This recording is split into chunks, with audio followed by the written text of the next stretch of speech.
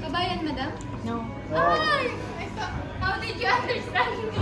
I have Kabayan friend. So I understand a little. A little bit, you said, I said a while ago you might afraid for what is coming, you understand that? Yeah.